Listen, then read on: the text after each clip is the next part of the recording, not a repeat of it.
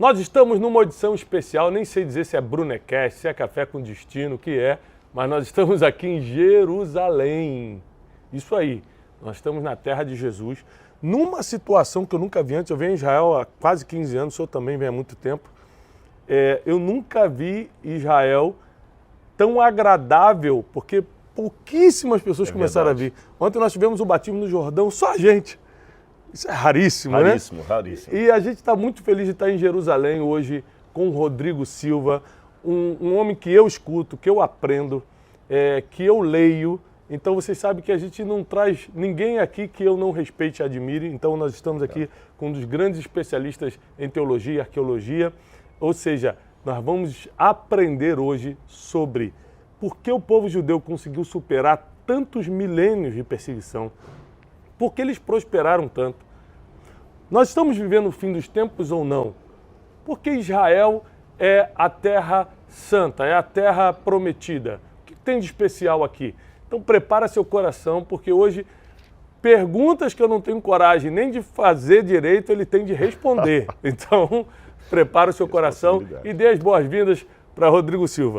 Obrigado, irmão, pelo convite. É um grande prazer estar aqui. Realmente, que Israel alegria.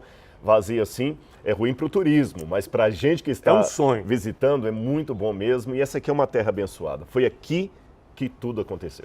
Então, eu falo muito sobre desenvolvimento pessoal, inteligência emocional, e eu sempre, por ser muito ligado à terra de Israel, eu sempre falei da superação dos judeus, mas eu falava e falo do lado de como o judeu se programou financeiramente, como o judeu sempre foi programado emocionalmente para se reinventar. Eu lembro que a maioria dos judeus, assim, com muito destaque na sociedade que eu tive a oportunidade de entrevistar, eu perguntava assim, qual o segredo de vocês sofrerem tanta perseguição e conseguirem rapidamente se levantar, por exemplo, financeiramente? Eles sempre respondiam o seguinte: nós carregamos o que mais importa dentro de uma mochila. Seja uma obra de arte, um diamante, qualquer coisa, eles não investiam em coisas que eles não pudessem carregar, justamente por causa dessa perseguição milenar que eles têm. Mas isso é uma visão empresarial do negócio. Eu quero escutar do Rodrigo Silva o seguinte: qual é a visão bíblica, espiritual sobre a superação dos judeus? Olha, para começo de conversa, sobre os judeus eu falo citando um filme que eu assisti uma vez. O filme, acho que Somos Todos Iguais, foi o título que foi adaptado em português, Something About Us. E tem um trecho desse filme em que um homem, que era um morador de rua, que foi ajudado por uma mulher muito religiosa, ele conversa com o marido dessa mulher. E no diálogo, Tiago, ele fala o seguinte: a senhora Debbie é uma mulher maravilhosa, e o marido dela é maravilhosa. E o sem-teto fala: você não está entendendo? A sua mulher é uma mulher de Deus. Ele falou: eu sei que ela é uma de Deus. Não, você não está entendendo. Ela é amada por Deus. E quando você é amado por Deus, você passa a ser importante para Satanás. Israel é um povo amado de Deus. E por isso eles se tornaram importantes para Satanás. Em que sentido? Foi talvez um dos povos mais segregados de toda a história. O antissemitismo está aí para contar a história.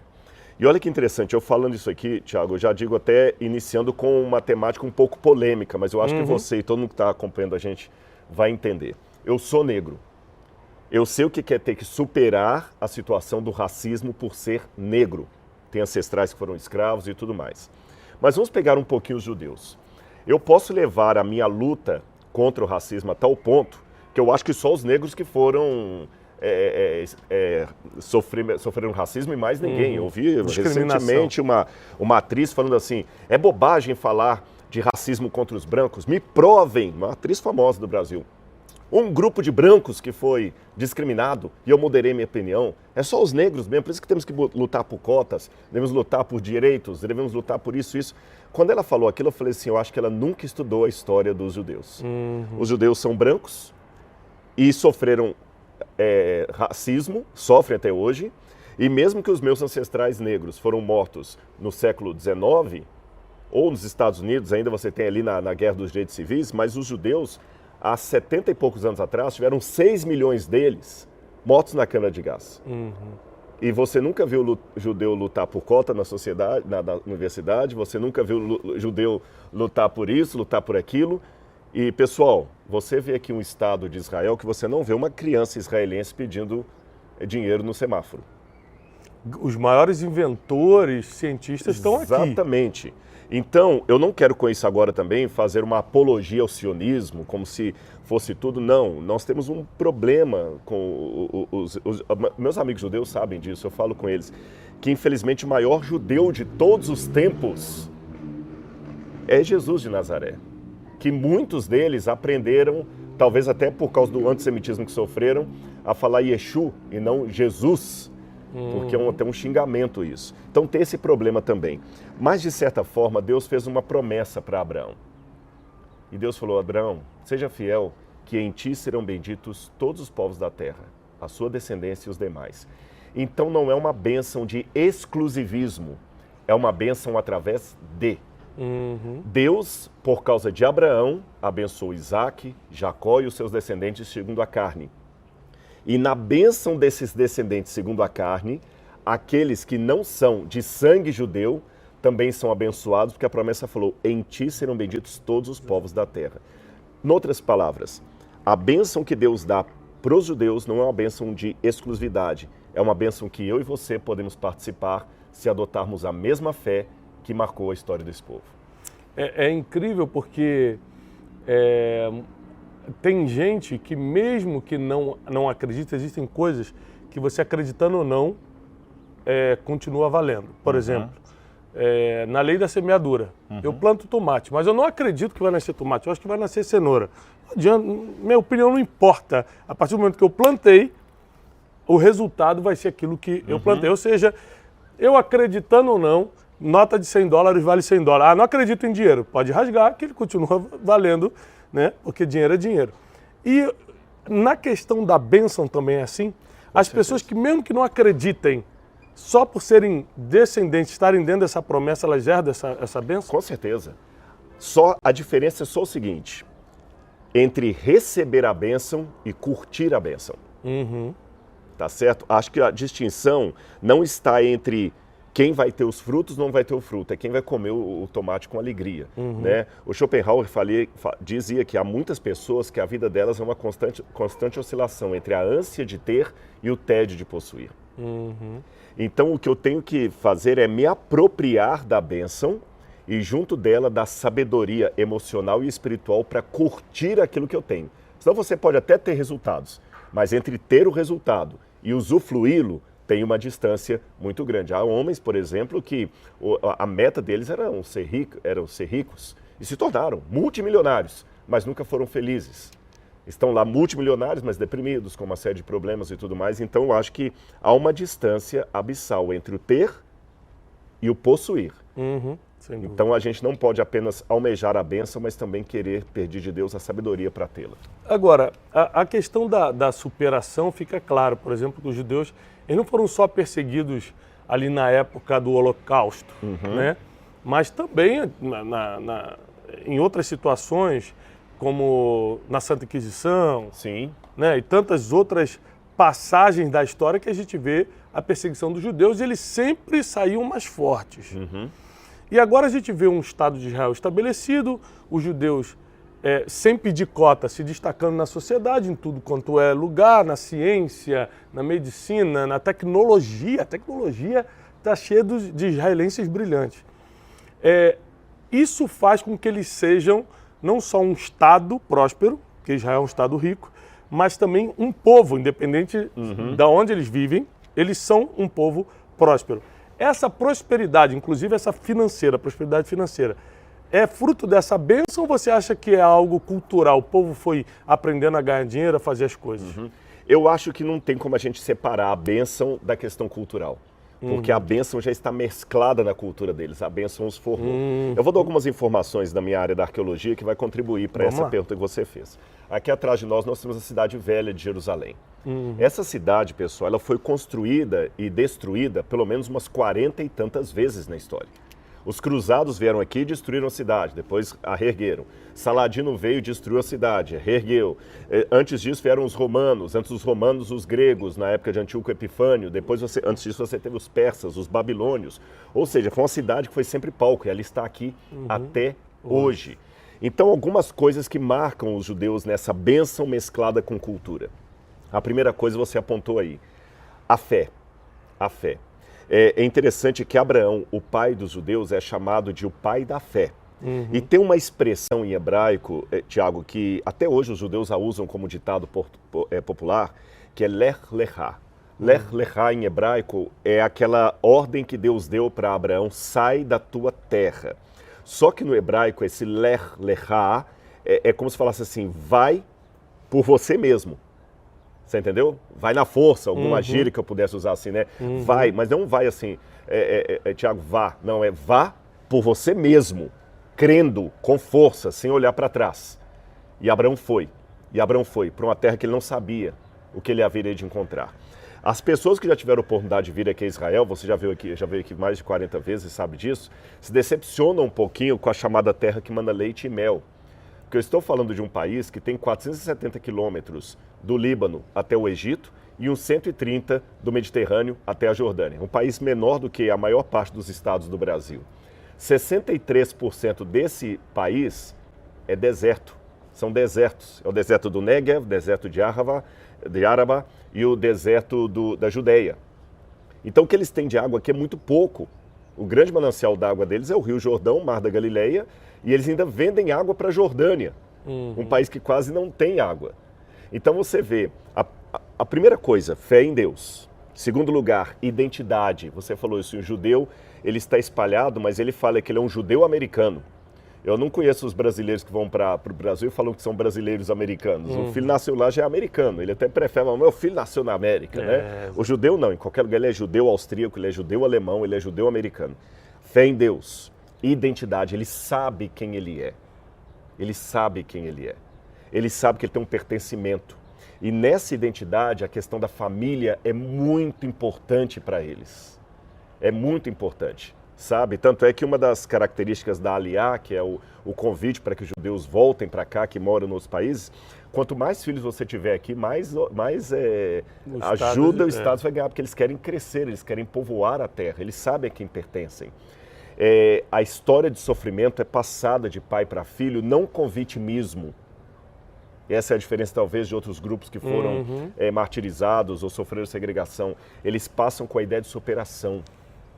Tem uma história muito interessante em Israel, quando eles morreram no topo de Massada. É uma história complexa aqui, também debatível, porque foram judeus que foram mortos sem a sua vontade e no final se suicidaram, mas independente da polêmica que tem sobre essa história, eles foram massacrados pelos romanos e um dos lemas do exército é Massada nunca mais. Sabe? Então, se nós pegarmos esses princípios e aplicarmos em nossa vida, minha identidade pessoal, quem eu sou, nós não sabemos, às vezes, falar nem o nome do nosso bisavô, né? E a gente já para por aí. Qual a origem que eu tenho? Saber que os meus ancestrais também cometeram erros. Por que a Bíblia não conta só coisas boas do povo de Israel? Ela também conta que o grande rei de Israel, Davi, próximo de onde a gente está aqui, ele viu uma mulher tomando banho, foi lá, adulterou com a mulher e matou o marido dela. Isso é uma coisa terrível. Seria algo que, se fosse o meu avô, eu ia esconder isso da minha namorada. Mas só que eles contam. Por quê? Mostrar que os seus ancestrais também cometeram erros. Eles pisaram na bola. Mas o erro do seu ancestral não é motivo para você errar sob a escusa de eu sou assim porque o meu pai me criou desse jeito. Não, você tem que aprender com o erro dele, tá certo? Segundo, lembrar que você tem uma ancestralidade e você tem um Deus que chamou os seus ancestrais. Identidade, perseverança, não deixar que o caos me consuma. Enfim, num resumo, o que eu aprendo de Israel, olhando toda essa história de sofrimento e superação, é que quem quer dá um jeito, quem não quer dá uma desculpa. É impressionante, duas coisas que me chamam a atenção nessa superação de Israel. Primeiro, a capacidade cultural deles, por exemplo, 2000 anos de diáspora, né? De 70, me corrige que você que é o historiador, 70 depois de Cristo até 1947, quando eles puderam voltar, mais ou menos 2000 anos de diáspora. Eles não perderam a cultura, a língua, eles mantiveram o idioma. Morando fora de Israel por 2000 anos, quase 2000 anos, eles mantiveram o idioma, mantiveram a cultura, mantiveram a religião, né? Toda a tradição. Isso só é possível por causa da base familiar, né? Ou seja, a tradição oral no judaísmo é muito forte, né? Ou seja, o pai contando histórias dos seus ancestrais para os filhos. E também, além desse aspecto cultural de preservar a cultura, o que eu acho interessante é que o judeu, ele tem a história para contar e a história real. Por exemplo, no Brasil a gente tem a dificuldade que a gente não tem muitos heróis, ou quase nenhum, para contar para os filhos. O judeu, ele fala assim, ó, nosso antepassado era um profeta chamado Eliseu. Nosso antepassado foi um homem que atravessou o mar a seco, Moisés. Ou seja, eles têm muita história para contar. Então, essa questão de origem que você estava falando mexe muito comigo, porque às vezes você não teve o pai e a mãe presente em casa, seu pai te abandonou, sua mãe não está nem aí, mas você pode começar a ser esse patriarca, essa matriarca para sua família a partir de agora. A gente tem que lembrar que o pai de Abraão não era uma bênção como ele era, mas começou de Abraão para Isaac e de Isaac para Jacó. Então é muito importante você saber que se você não teve a oportunidade de receber dos seus pais, faça você pelos teus filhos, tá bom? Agora,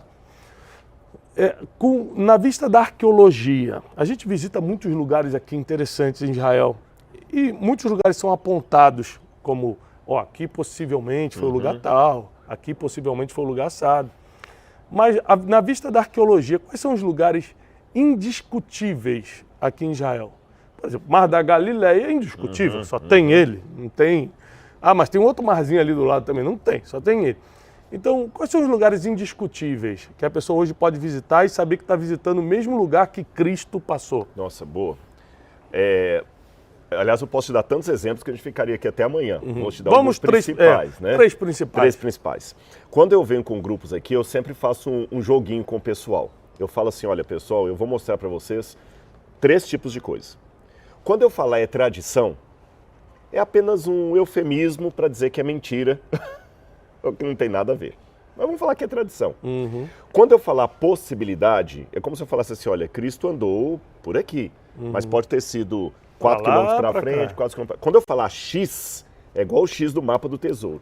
A chance arqueológica é de 95% para cima. Então, já que você citou Jesus, eu vou te dar 3 lugares assim que a gente pode falar isso aqui realmente de Jesus. Como eu falei, eu podia dar 10, 20, vou dar 3. Magdala. Em Magdala, nós temos o achado de uma sinagoga em Magdala, que é do 1º século. Então, ali é um X. Okay. Jesus, a chance de Jesus ter pregado naquela... Fica à beira do Mar da Galileia, exatamente. Cidade de onde veio Maria Magdalena. De Magdalena. E agora, em 2021, eu não vi ainda, vou ver agora, para mim também é novo, encontrar uma segunda sinagoga em Magdala do 1º século. Então ali é um lugar que eu posso falar, Jesus pregou. E em Magdala, nessa sinagoga, encontraram uma pedra que provavelmente é uma pedra de um púlpito. Então ali Jesus pregou naquele púlpito. Ali ele esteve, tá certo? Não tem como falar, não, foi mais para cá. Ali ele esteve, porque fala que ele rodou as cidades.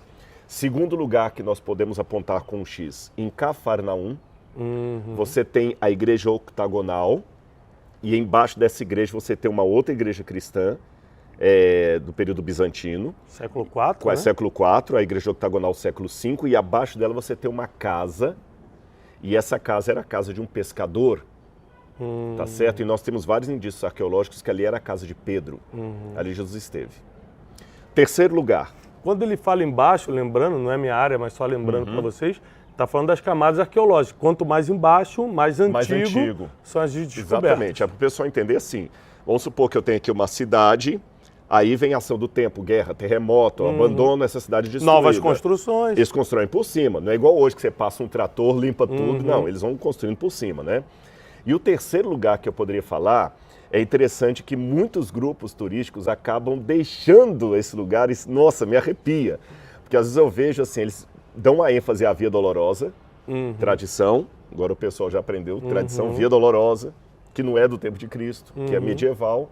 O pessoal passa a Via Dolorosa, faz toda a Via Dolorosa, e quando passam ali perto do Kotel, para quem está em casa, o Kotel é o famoso muro ocidental, ou Muro das Lamentações, tem o Davidson Center. Aí eu vejo às vezes os grupos passando e só apontando, ali o Davidson Center era o templo, mas não entram. Ali no Davidson Center você tem a esquina e embaixo você tem a rua original de Jerusalém, onde Jesus pisou. Esta rua, Tiago, ela inclusive, você conhece, ela é feita de pedra calcária, e ali os sacerdotes, na época que Jerusalém neva, pessoal, nós estamos agora saindo do inverno, hoje está um dia muito gostoso, que é outra coisa boa, não está aquele sol. Se tivesse no verão, a gente não estaria tendo não está nem sol nem calor, nem sol nem frio. Está um rebatedor natural aqui, os câmeras amam, né? Mas se fosse na época do verão, eu não sei se a gente estaria fazendo essa conversa aqui. Mas na época do inverno, os sacerdotes tinham que jogar sal naquele lugar ali, que era onde o pessoal ia para levar os vendilhões do templo estavam ali. E por que eles jogavam sal ali? Para derreter a neve. Igual faz nos Estados Unidos. Eles jogavam sal para derreter a neve, porque ali ficou muito escorregadio. Não sei se nas suas vindas aqui você vê em época de chuva, é perigoso ali aquelas ruas, elas ficam lisas, igual fossem ensaboadas. Então, quando Jesus falou o seguinte, vós sois o sal da terra. Se o sal perde o seu sabor, de nada mais presta senão ser lançado fora e pisado pelos homens. Jesus tirou essa imagem justamente desse lugar que é um X. E ainda nesse lugar do Davidson Center, você atravessa a esquina, você vê pedra, uma pedra enorme. Ele tem uma pedra de 8 metros sem emenda. Lá dentro tem uma outra de 13 metros. Você vê Jesus falando com os discípulos, vejam essas pedras grandiosas que vocês estão admirados, aqui não ficará pedra sobre pedra que não seja derrubada. E lá atrás você tem a escadaria de Hulda, que são escadas originais do templo da época de Jesus. E para terminar essa resposta aqui, eu quero contar uma historinha que o Tiago talvez conheça, vou contar para o pessoal em casa. Nessas escadarias de Hulda, para mim é um X duplo ali. É um X duplo, porque Jesus subiu aquela escada. E você tem interessante que é um degrau mais largo e um mais curto. Um mais largo e um mais curto. E a gente explica às pessoas que para você subir ao templo naquela época, não foi um erro de engenharia ou de arquitetura. É porque se você tem um degrau mais largo e um mais curto, você não vai subir de qualquer maneira, você vai subir olhando para baixo, com cautela. Então você já entra de maneira submissa na esplanada do templo. E essa história que eu estou contando aqui, nos anos 70, Armstrong, não o Lou Armstrong, o trompetista, mas o Armstrong que foi à Lua, ele esteve aqui em Jerusalém. Ele era religioso. E quando ele esteve aqui, eles fizeram toda uma movimentação, porque o homem que pisou a Lua veio aqui, então ele teve um guia especial para ele, fecharam os lugares para ele visitar, o governo de Israel deu placa para ele, e ele sentou nas escadarias de Hulda, que nós estamos comentando aqui, fica pertinho de onde a gente está aqui, gente, bem ali atrás. E aí o guia explicou para ele o que eu acabei de falar para vocês aqui, né, sobre a questão do templo, que as pessoas subiam para lá, o sacrifício. Aí ele parou, pensativo, e pediu licença. Alguém falou, eu tenho uma pergunta para fazer para você. Eu sou cristão, qual a chance de Jesus de Nazaré ter passado por essa escadaria aqui? O guia falou 100%.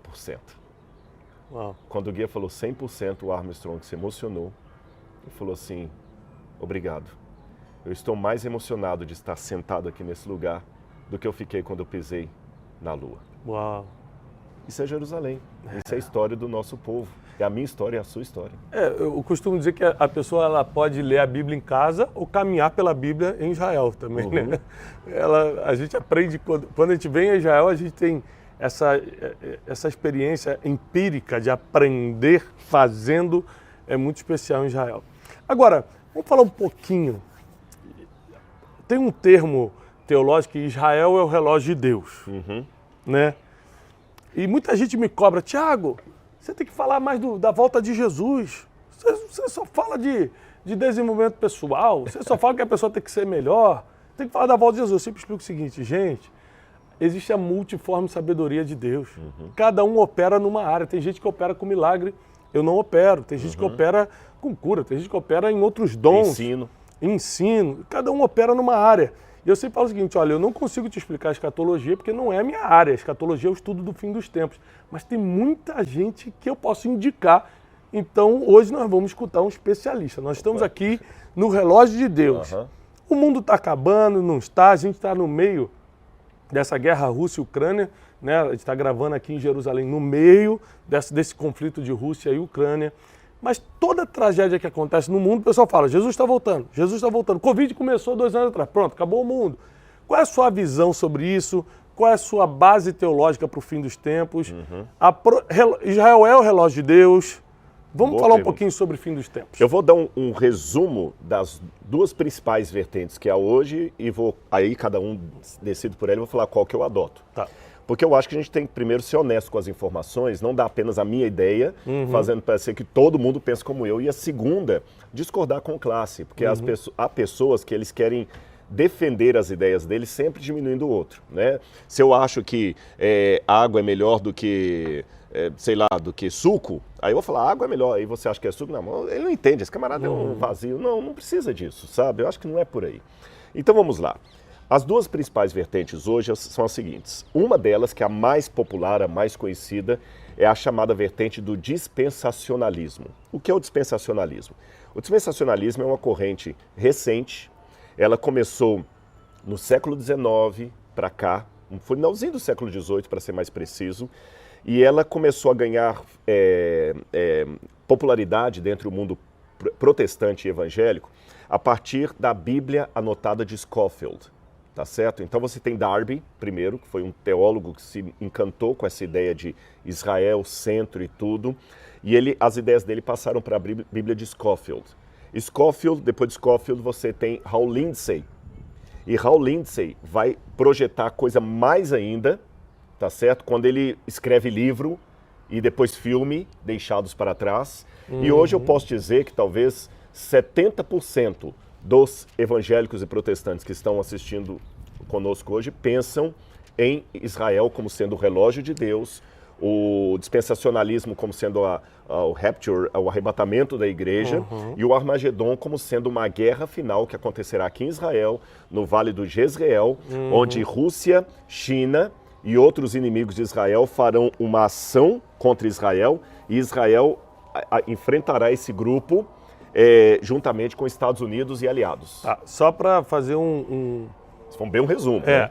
Isso foi o que eu aprendi desde criança, né? Tá? Exatamente. E foi isso que eu aprendi. Inclusive agora são 3 da tarde aqui em Israel, está começando a oração dos muçulmanos. Exatamente. Vocês vão Provavelmente vai vazar no microfone, porque as mesquitas começam agora as orações muçulmanas. Essa foi a teologia que eu aprendi.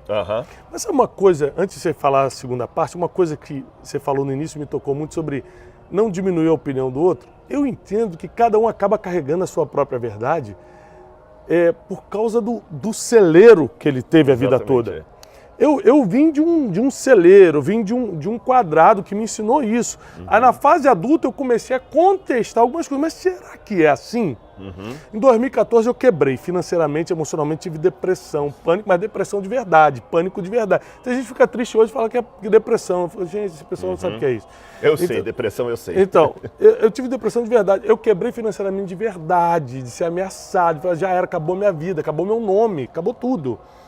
Nesse período eu falei, eu vou ler a Bíblia para desmascarar Deus. Porque se Deus fosse de verdade, eu sou crente desde criança, eu não estaria passando por isso. Então, nesse tempo de quebra que eu estava revoltado com Deus, eu queria desmascarar Deus, falei, vou ler a Bíblia para encontrar os erros. Foi aí que eu conheci a Bíblia de verdade, foi aí que vi que Deus é incontestável, foi aí que eu tive uma grande experiência com Deus, mas também aprendi outra coisa, eu aprendi a respeitar o quadrado do outro.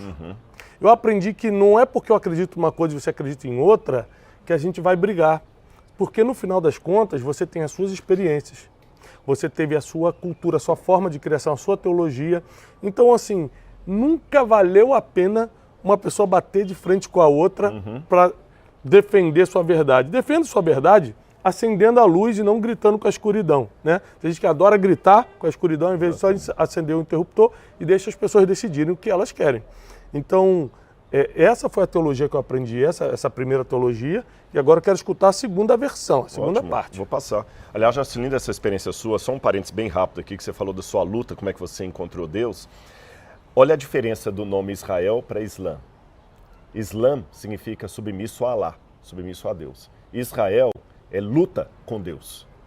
Se você for olhar do politicamente correto, é melhor falar que você é da religião do submisso a Deus do que da religião do luta com Deus. Mas Deus luta conosco porque Ele sabe que a gente precisa às vezes ser quebrado, machucado, e nós estamos num grande conflito entre o bem e o mal. Né? Entre o bem e o mal. E você não treina um soldado jogando xadrez com ele, você treina um soldado colocando pancada. Então Deus às vezes permite a pancada. Mas nisto, aí eu já vou para a segunda explicação, uma das coisas que eu aprendi aqui em Israel, num estado que está sempre em tensão com os vizinhos, temos que eleger as nossas batalhas. Se você não brigar por nada, você vai ser uma barata tonta. Se você brigar por tudo, não vale a pena. E no que diz respeito às ideias, no essencial, devemos ter unidade. No não essencial, podemos ter diversidade. Agora, em tudo, devemos ter caridade. Não é? Muito bom. Então, é com isso que eu procuro levar a minha teologia. Eu acho que eu fiz um bom resumo aqui do dispensacionalismo, todo mundo entendeu. Essa palavra dispensacionalismo, ela vem do grego oikonomos, ou economia, que eles acreditam que em cada época da história Deus lida com o povo de uma maneira diferente. Então, Israel no final vai ser o palco mesmo, que aqui vai ser a guerra e tudo mais.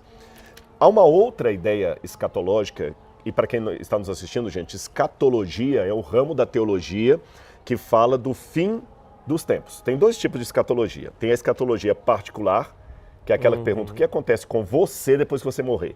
Vai para o céu, para o inferno, purgatório, dorme no pó da terra, ressuscita, reencarna. Escatologia pessoal. Escatologia geral, fim do mundo, fim dos tempos, juízo final de Deus.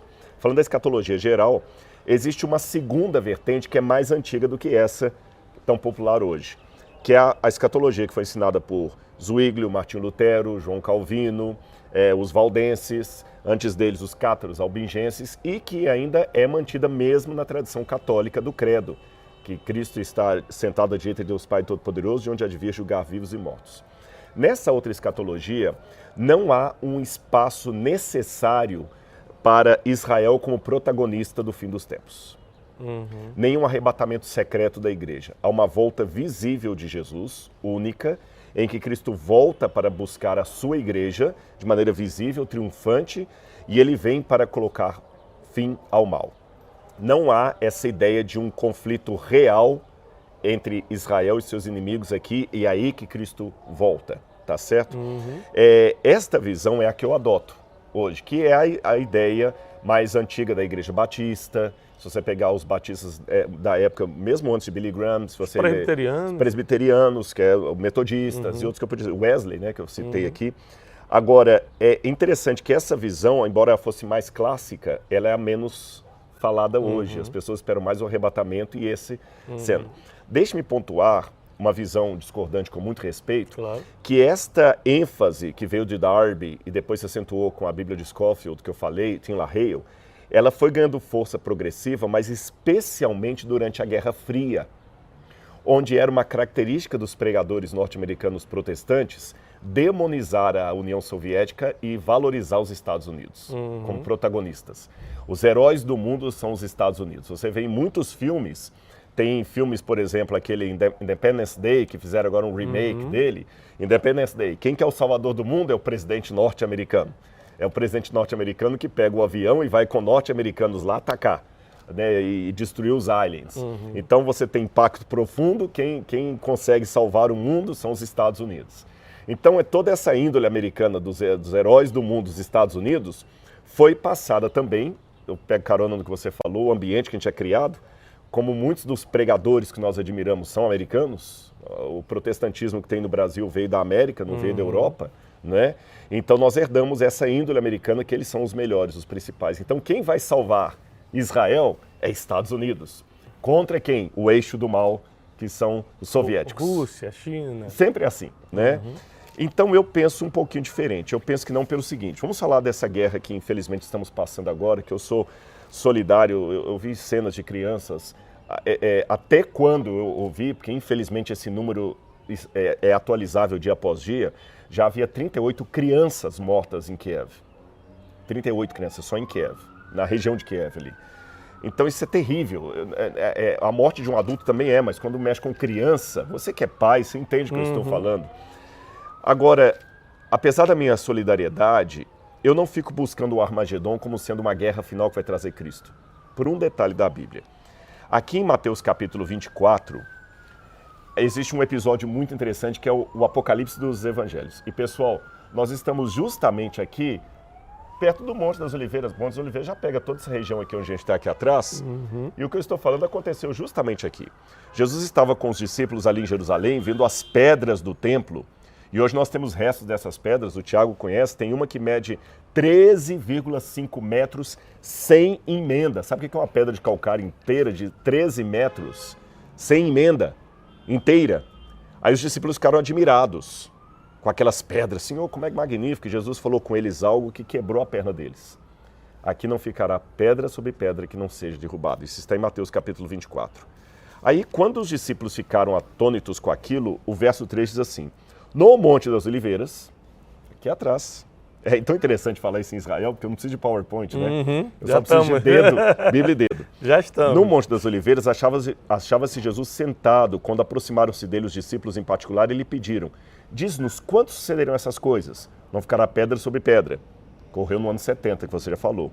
E que sinal haverá da tua vinda e do fim dos tempos, da consumação dos séculos? A primeira coisa, Tiago, que Jesus falou com eles é o seguinte: vede que ninguém vos engane. Se você está falando aí, está dando uma palestra, um treinamento, uma aula de coach, qualquer coisa, e o pessoal fala assim: Tiago, como é que eu faço para investir, sei lá, em criptomoedas?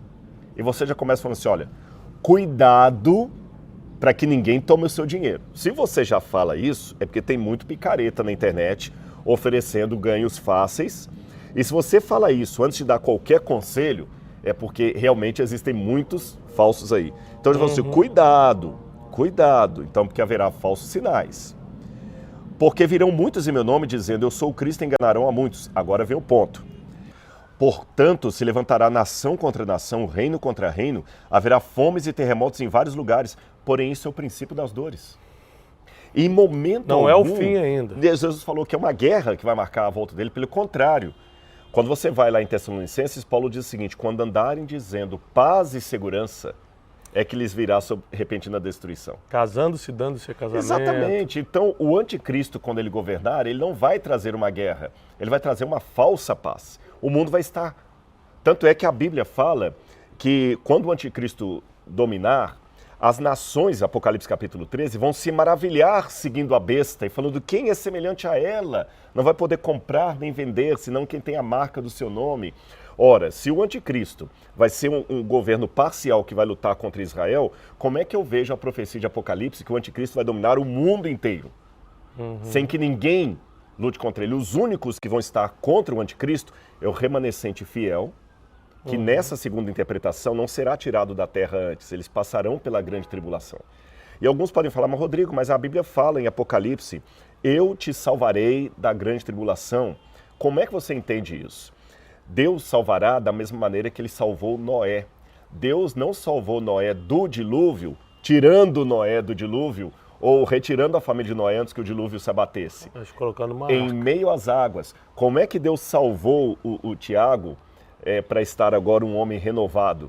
Foi no meio da sua tribulação. Então a tribulação não é algo que Deus impede o crente de participar. Ele salva você, fazendo você sobreviver àquilo e mais forte. Tá certo? Então é por isso que eu particularmente não vejo o Armagedon como sendo um conflito militar de Israel e Estados Unidos contra o resto do mundo, mas eu vejo o Armagedon como sendo o conflito cósmico, quando Deus, Jesus, voltará nas nuvens do céu e acabará com o diabo, tá certo? E por que falo Armagedon? Interessante que Meguido, tem uma cidade chamada Meguido, que fica numa elevação, mas não é uma montanha. Ali não tem montanha. Você sabe que a planície ali do Jezreel é um grande vale, gente. Se você não vê Israel, compensa vir, né, Tiago? Ali você vê um vale tremendo. Só que a única montanha que está ali perto é o Monte do Carmelo. E você sabe que aqui em Israel, às vezes você dá o nome do local ao nome do acidente geográfico. Por exemplo, o Mar da Galileia chama-se Mar da Galileia porque fica na região da Galileia, mas ele também é chamado de Mar de Tiberíades, Mar de Knesset, que é o Mar da Genezaré, que está em português. É Genezaré o nome dele, mas também é chamado de Mar da Galileia porque fica ali. O Monte Sinai é chamado de Sinai porque fica na península do Sinai, tá certo? O Jardim do Éden ficava na região do Éden. Da mesma maneira, o Monte de Meguido é um monte que fica na região de Meguido. E qual que é o monte que fica na região de Meguido? O Monte Carmelo. E o que aconteceu no Monte Carmelo? A batalha do bem contra o mal, quando Elias fez descer fogo do céu. Então eu entendo que esse final é quando a Bíblia fala que Jesus, com o sopro de sua boca, exterminará o filho da perdição. tá certo? Então não é como nós estamos agora escutando uma sirene, não é apenas uma situação militar humana, é a intervenção última de Deus. Agora, quer você acredite como eu estou dizendo, numa volta visível de Cristo, quer você acredite como dispensacionalista, que será um arrebatamento da igreja, tem algo que você não pode discordar de mim aqui. Sabe o quê? Você tem que estar com Cristo.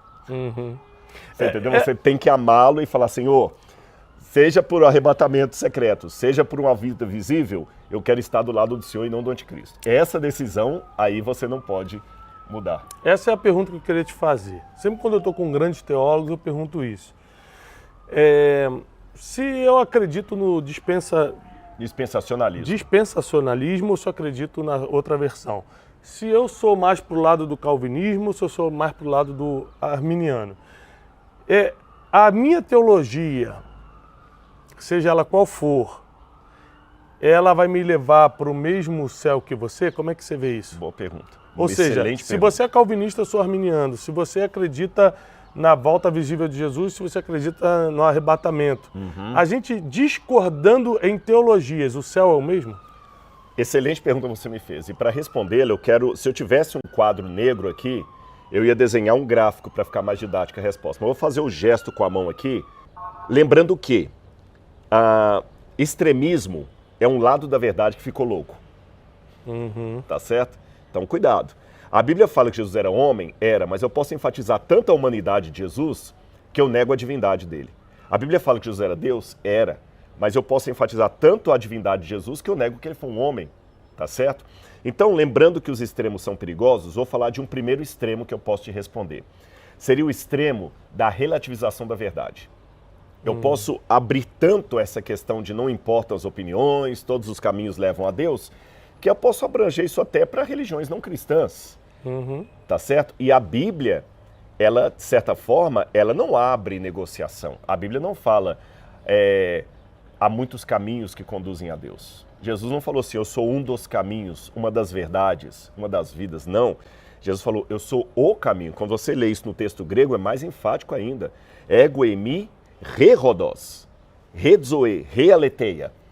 Eu sou o caminho, não um dos. A verdade, a vida. Ninguém vem ao Pai senão por mim. Então não posso colocar Jesus, Buda, Ananda Maimá, Maomé, Confúcio e outros mais no mesmo pacote. Tá certo? Então é muito perigoso essa relativização da verdade. Então eu não posso assumir aqui uma espécie de relativização da verdade.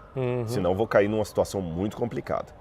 Então, falando em termos de ortodoxia, Jesus encontrou um sujeito que era o extremo oposto do que Jesus acreditava como judeu. Porque ele oferecia sacrifício aos deuses, oferecia sacrifício ao imperador, jurava pelo nome do imperador e ainda ostentava uma águia de opressão que era a águia romana. Era um centurião romano. E quando ele falou, Senhor, meu servo está precisando de uma ajuda lá, não precisa ir lá em casa não, nem sou digno que o senhor entre em minha morada. Só o fato dele fazer isso significa que ele não era convertido ao judaísmo. Aí Jesus falou o seguinte, puxa vida, alguém lá falou, olha, senhor, ajuda esse homem aí, porque ele é amigo da gente, ele ajudou a edificar a sinagoga, mas entre ajudar a edificar a sinagoga e curar, Jesus falou o seguinte, eu não encontrei em Israel fé como desse homem. Isso é muito sério. É como se tivesse nós dois aqui agora, Tiago, dois líderes cristãos, pregando na internet, um monte de gente nos seguindo, e Jesus chega aqui, e chega um muçulmano desses que estavam acabando de orar há pouco aqui, o pessoal deve ter ouvido aqueles na oração, Jesus falou o seguinte, tá bom, Tiago, parabéns, Rodrigo, mas olha, que fé desse muçulmano, hein? Imagina Jesus aqui agora, nós temos a oportunidade de fazer um podcast com Jesus, Jesus falou o seguinte, olha, eu não encontrei nem nessa sala aqui uma fé como desse muçulmano que está orando ali. Eu ia ficar morrendo de vergonha, e você também? Sem dúvida. E Jesus falou, outra situação, a mulher cananeia, Cirofenícia, era pagã, ela adorava deuses. Então vocês notam que Jesus quebrou muitas vezes a perna dos ortodoxos demais quando ele elogia a fé de um pagão. E ele fala, eu tenho ovelhas que não são desse aprisco, a mim convém conduzi-las. Mas um dia haverá um só rebanho, um só pastor. Jesus não relativizou a verdade. Ele falou, eu sou o caminho, a verdade e a vida. Mas tem alguns que estão me conhecendo, mas talvez eles estão me conhecendo por um outro nome. Talvez eles ainda não estão me reconhecendo como Jesus por culpa de vocês. Quem dizem os homens que eu sou? Uns falam que sou João Batista, outros falam que sou um profeta, tá? E vocês? Quem vocês estão falando para eles que eu sou? Tá certo? Então, Tiago, eu entendo assim, eu tenho a minha convicção doutrinária, teológica, eu não a relativizo, mas nessa convicção doutrinária o meu papel é testemunhar para você, não convencer você, não acusar você, não ser um advogado de Deus, ser uma testemunha de Deus. E saber que se eu chegar lá no céu, guardando o sábado, e você chegar no céu guardando o domingo, que legal, nós dois estamos lá. O que eu não quero é ir para o inferno. Então, eu não vou deixar de guardar o sábado, porque o outro acha que não deve guardar o sábado, porque senão eu estou indo contra a minha consciência. Mas eu não vou achar que o céu é só para os guardadores do sábado. Você entendeu? Se eu fosse... Agora é sim, eu posso, dentro da teologia, fazer uma observação honesta e ao mesmo tempo respeitosa. Por exemplo, eu tenho dificuldade com a teologia que diz que Deus determina quem vai ser salvo e quem não vai. Calvinismo. Eu acho que isso pode trazer uma consequência meio complicada, mas eu estou questionando aquela teologia, não os que aderem a ela, que são pessoas que merecem o meu respeito. Então, eu acho que é isso que nós devemos ter, essa sensibilidade de ter firmeza naquilo que eu creio e deixar que o céu caiba. Sem diminuir o outro, né? Exatamente. Vou dar um exemplo bíblico agora para fechar de maneira didática. Eu sou judeu, creio na circuncisão, no Shabat, no templo, na vinda do Messias. Mas dentro da minha teologia tem espaço para o centurião, que não crê em nada do que eu creio, para a mulher cananeia, que não crê em nada que eu tenho, até num demoniado de Gadara, que era também de uma cidade pagã. Então Jesus não relativizou o judaísmo, mas ele abraçou pessoas que não tinham nada a ver com o judaísmo. Agora, para a gente caminhar para o fim, infelizmente, está escurecendo em Jerusalém, né? É verdade. Uma pessoa que não tem contato com a Bíblia hoje, porque isso tudo que a gente falou aqui é complexo até para quem está claro. até para quem está muito tempo em contato com o Evangelho, com a Bíblia. Uma pessoa que não tem contato nenhum com a Bíblia, qual o conselho que você daria? Por onde começa? Qual o melhor caminho para a pessoa começar a entender um pouco mais desse novo mundo que é o mundo bíblico? Eu costumo falar o seguinte, olha, a Bíblia está dando certo há 2000 anos. É verdade. Eu vou pela estatística. Mais de 2000 anos, né? É mais de 2000 anos. A nossa Bíblia tem 2000 anos, mas a dos judeus começou bem antes. Há milênios está dando certo, entendeu? E outra coisa, em nenhum lugar os princípios que dão certo aqui são proibidos. Honrar pai e mãe é bonito em qualquer lugar. Lá no Japão é bonito. Falar a verdade não é proibido em nenhum lugar. Em qualquer lugar você pode falar a verdade. Ou seja, tudo que é um princípio milenar está dando certo e não é proibido em lugar nenhum. Todo mundo reconhece as vantagens que isso traz. Então qual o conselho que o Rodrigo dá hoje para quem está começando agora a trilhar esse caminho bíblico? Ótimo, excelente. E eu estou notando que as pessoas estão cada vez com mais sede da palavra de Deus. Isso é muito, muito legal. E eles veem coisas. Você falou que você fala muito na área de crescimento pessoal, essa coisa toda, mas você é um cristão, você não nega a Bíblia. Quando no santuário a pessoa ia levar o cordeiro para ser sacrificado, ele tinha que colocar a mão sobre o animal, ele tinha que verbalizar, confessar o pecado dele. Aí eu vou num psicólogo hoje, ele fala como é que é importante verbalizar o sentimento. Já estava lá atrás. A questão de honrar o pai e a mãe, a questão de... Deus falou o seguinte, cuidado com o erro dos seus pais, porque passam de pai para filho, essa coisa toda. Então esse livro, ele muda as pessoas. Então vamos lá. A minha sugestão, você não conhece nada de Bíblia, você nunca leu nada, comece lendo o Evangelho de Marcos. Tá certo? Gente, o Tiago já pediu desculpa, nós estamos falando que esses barulhos são normais, nós estamos em Jerusalém. Está no meio da cidade. E fique tranquilo, mas fique tranquilo, não é nenhuma bomba, não é nenhum ataque, não. É porque nós estamos perto de uma zona de hospital. Aqui tem um hospital, inclusive, a gente estava falando aqui, que foi construída pela ancestral, pela Vitória Augusta, do rei Charles, né? Rei não, já estou colocando o nome como rei, o príncipe Charles, né? Já matei a Elizabeth. Então aqui tem muito hospital de caridade, vocês vão ver muito barulho de ambulância, tá certo? Mas voltando ao que eu estava falando, comece a estudar a Bíblia pelo Evangelho de Marcos, porque Marcos foi o primeiro evangelho a ser escrito. Eu sei que pra gente coloca aqui é Mateus, mas foi Marcos. E Marcos foi escrito com uma linguagem mais infantil. Uma curiosidade que muita gente não sabe, Marcos, na verdade, é de autoria de Pedro. Muita gente fala o seguinte, Pedro podia tanto ter escrito um evangelho, ele escreveu, porque Papias fala o seguinte, Pedro falava, Marcos escrevia. E Marcos escreveu, provavelmente, tendo Pedro como seu mentor. Já falamos de mentoria hoje. Então comece por Marcos, tá bom? Vá lendo o evangelho de Marcos, etc. Depois que você lê Marcos, aí você pode ler João, que é um pouco mais filosófico. Depois que você lê os evangelhos, você pode começar o Gênesis. Eu até coloquei, Tiago, acho que não tem problema falar o seguinte, eu lancei na internet uma Bíblia, como é que chama? Um planner da Bíblia em linguagem cronológica, tem muita gente fazendo, tá certo? Você pode começar em linguagem cronológica. Que legal.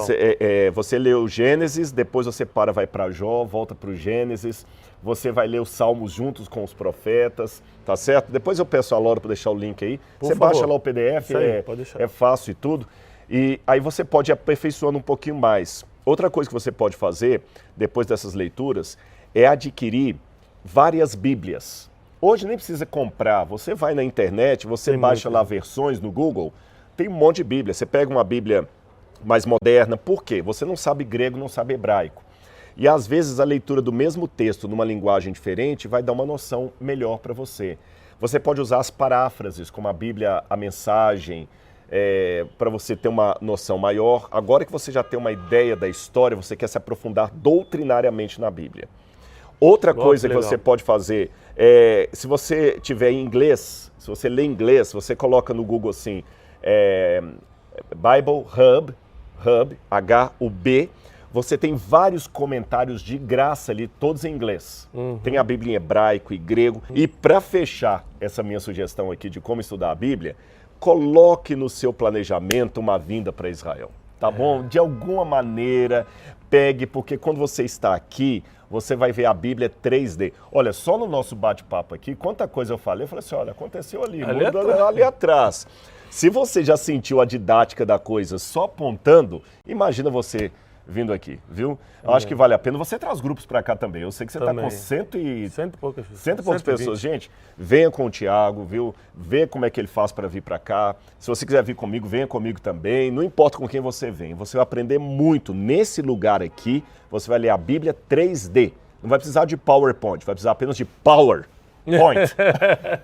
É isso aí, nós recebemos Rodrigo Silva, que bate-papo excepcional. Não deixe agora de printar, subir esse print aí no seu stories do Instagram, pega o link de onde você está assistindo, se é no Spotify, você não está vendo, infelizmente, você está ouvindo no Spotify, você não está vendo essa vista. Se você está no YouTube, você pega o link e manda para todo mundo também, porque foi excepcional. Rodrigo Silva, obrigado. Eu que agradeço, foi um prazer conhecê-lo pessoalmente, você é um homem abençoado. Amém. E muito obrigado a todos vocês. Um grande abraço. Paz e prosperidade, pessoal. Shalom.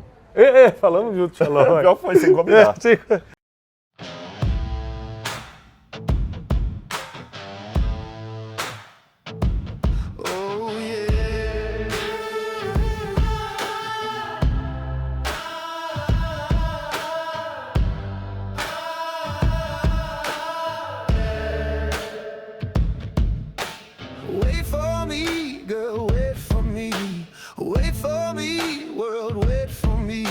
I'm chasing dreams, can't you see? I'm just a man, but I'm running free. Gonna keep running till the stars come down. I'll chase that moon till the morning's found. Wait for me, butterfly, wait for me. I'm just trying to set you free. Wait for me, worries, wait for me. I'm only human, just let me be, let me be. Gonna keep running till the stars come down. I'll chase that moon till the morning's found. I said, oh yeah, the sugar's gonna bring me to life. I said, oh yeah, the sugar's gonna make it alright. Give me that sweet apple pie. Gonna keep running till the stars come down. chasing the moon, I won't slow down. Wait for me, butterfly, wait for me. I'm just trying to set you free. Wait for me, troubles, wait for me. I'm only human, just let me be, let me be. Gonna keep running till the stars come down. I'll chase that moon till the morning's found.